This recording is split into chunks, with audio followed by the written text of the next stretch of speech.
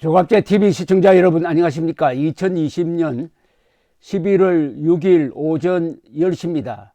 한 30분 전에 트럼프 대통령이 백악관에서 짤막한 성명서를 읽고 기자들로부터 질문받지 않고 들어가 버렸는데, 이 이야기는 정말 충격적이었습니다. 제가 기자 50년 생활하면서 어떤 인간으로부터 이렇게 거짓말을 이렇게 많이 담은 연설을 듣는 것은 처음입니다. 김정은을 능가하는 거짓말입니다. 미국 대통령이 어떻게 이런 선동과 거짓말과 억지와 무례를 범할 수 있는지, 정말 미국 민주주의가 위기에 처했다는 느낌을 받았습니다. 이 방송이 끝난 직후에 CNN 앵커가 딱 첫마디를 했습니다. 오늘은 슬픈 날입니다. 미국 대통령이 이런 이야기를 하다니 정말 슬픈 날입니다. 그리고 참 더럽습니다. ugly라고 했어요. ugly, pathetic, sad 이런 표현을 썼습니다. 그 신중한 BBC도 아무 증거 없이 부정선거를 주장한다는 제목을 달았습니다. 아무 증거 없이. 트럼프는 아무 증거 없이 지금 대통령 선거가 부정선거고 자기가 당선되어야 하는데 표를 지금 도둑맞고 있다. 우편투표, 사전투표 이거 전부 다 음모다. 그러니까 미국 전체가 마치 음모 덩어리인 것처럼 비판을 했는데, 지금 밤을 새워가면서 개표하고 있는 그 사람들이 누굽니까? 그 중에는 공화당원도 있고 민주당원도 있고, 그리고 미국에서의 개표는 한국처럼 중앙선거관리위원회가 딱 조직되어 하는 게 아니라 각 지역별로, 그리고 각 지역에 우리로 말하면 동사무소, 구 이렇게 내려가서 다 자율적으로 합니다. 그런데 이 사람들을 몽땅 바이든을 위해서 부정선거 하는 사람들로 몰아붙였습니다. 그러면은 어떻게 되느냐? 이번 선거가 그렇게 철저한 부정선거였다면은 그 선거로 당선된 공화당 소속 하원, 상원 의원도 부정선거의 공모자였다는 이야기가 되거든요. 그런데 처음부터 끝까지 단 한 번의 증거나 사례를 이야기하지 않았습니다. 이게 음모론을 미국 대통령이 한국의 어떤 과격단체의 선동꾼이 광화문에서 혼자서 마이크 들고 외치는 소리와 비슷한 이야기를 세계를 향해서 했습니다. 지금 시진핑, 푸틴, 김정은까지도 이 장면을 보면서 킥킥 웃고 있을 것입니다. 아, 그 위대한 미국이 트럼프로 해서 이렇게 망가지고 있구나. 그 자세한 내용을 제가 메모를 하다가 포기를 했습니다. 왜냐하면 거짓말을 하나씩 듣는 거는 참 허무하거든요. 그런데 저는 기자회견을 한다 하기에 이제 패배 인정 연설을 하는 모양이다 라고 생각을 했습니다. 지금 펜실베니아에서 뒤집어지고 있습니다.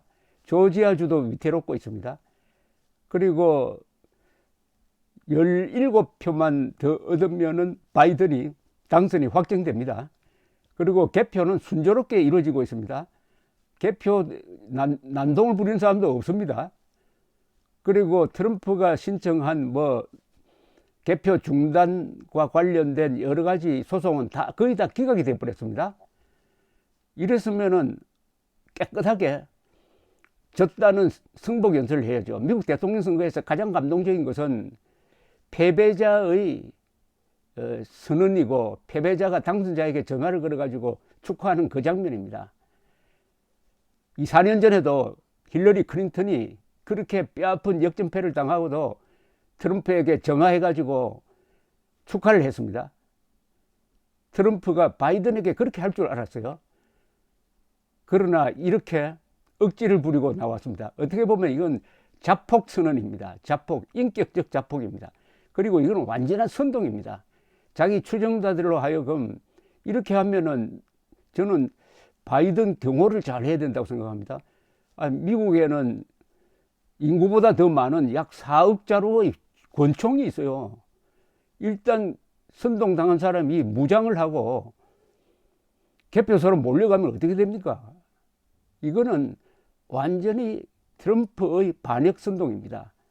민주주의는 공정한 선거에 의해서 이루어지는데 그 공정한 선거를 부정선거라고 하면서 여기에 부패한 관리들이 가담을 했다. 부패한 기업인들이 가담을 했다. 엉터리 언론과 여론조사기관이 다 가담했다. 이렇게 선동하면은 총 들고 습격하라는 이야기 아닙니까? 저는 이거는 국가 반역죄로 처벌해야 된다고 봅니다. 바이든을. 바이든이 아니라 트럼프를. 현직 대통령입니다. 야당이 선동하는 것과 현직 대통령이 선동하는 건 다르죠. 부정선거라고 외치고 있습니다. 선거 하나는 미국이 건국한 이후부터 지금까지 공정하게 해왔죠. 그러니까 대한민국 같은 나라도 민주주의를 하면서 미국대로 하면 되겠다 해가지고 여기까지 온 것 아닙니까? 근데 미국 대통령이 졌다고 이런 난동을 부리고 있습니다. 이건 선동이란 말도 모자랍니다. 난동입니다. 난동. 그런데 한번 이게 얼마나 억진지 한번 생각해 보십시오. 이틀 전에 11월 4일 오후에는 자기가 승리했다고 선언하고 말았습니다. 자기가 이겼다. 크게 이겼다. 그러면서 지금 즉시 개표를 중단하라고 했습니다. 개표를 열심히 하고 있는데 그 순간에 이겼다는 말은 거짓말이었습니다. 지금까지 한 번도 트럼프는 확보한 선거인단 수에서 바이든을 이겨본 적이 한 번도 없습니다. 이겼다는 말 거짓말입니다. 크게 이겼다는 말은 두 번째 거짓말이죠. 그 다음에 이제 개표 중단하라고 했어요.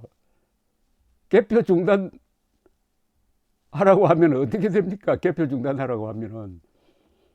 그러면서 개표 중단 안 하면은 대법원으로 가져가겠다고 그때부터 딱 복선을 깔았습니다.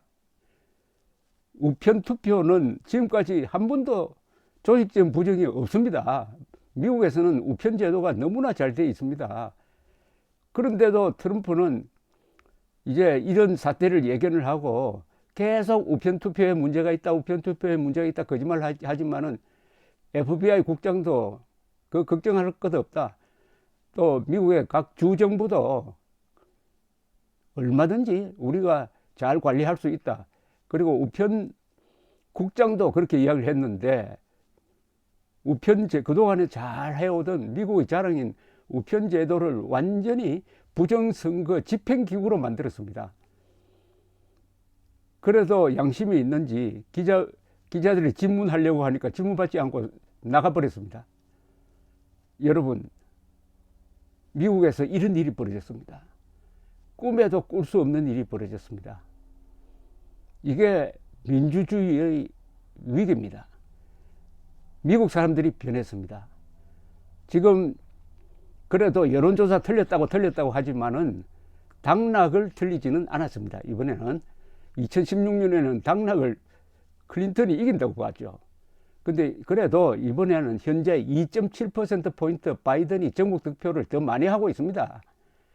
예측으로는 한 6% 더 많이 한다고 봤는데 그건 조금 틀렸죠. 그러나 완전히 틀린 게 아니에요.